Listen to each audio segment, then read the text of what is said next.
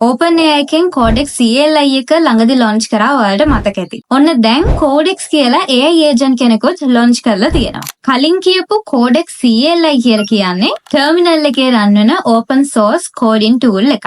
එතකොට මේ කියන Codex කියලා කියන්නේ කලින් කිව්ව විදිහටම cloud based AI coding agent කෙනෙක්. ඒකෙදී OpenAI ලගේ O3 model එකේ coding task වලට optimize කරපු Codex 1 කියලා model එකක් තමයි use වෙන්නේ.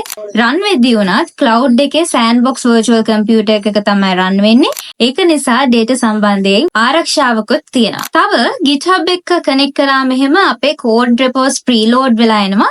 එතකොට bug fix කරන්න code base එකේ අපිට තියෙන ප්‍රශ්නයකට answers ගන්න වගේ task එකපාර ගොඩාක් handle කරගන්නත් පුළුවන්ලු. තාම මේක research preview එකේ තමයි තියෙන්නේ. ඉතින් limitations එහෙමත් තියෙනවා. image inputs එහෙම දැනට නෑ. කොහොම වුණත් pro enterprise team users ලට විතරයි තාම මේක roll out කරලා තියෙන්නේ.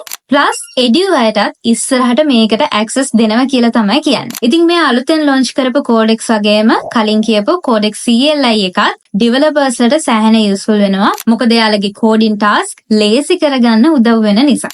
ඉතින් ඔයාට මේවට access තියෙනවා නම් ඔයා try කරලා බලන්න වෙලා ඔයාලගේ experience එකත් අපිට share කරන්න. මොකද ගොඩ දෙනෙක් පොඩක් confuse වෙලා ඉන්නේ මේ වගේව roll out වෙද්දී industry එකට වෙන බලපෑම නිසා. හොඳ නරක දෙකම තියෙනවනේ.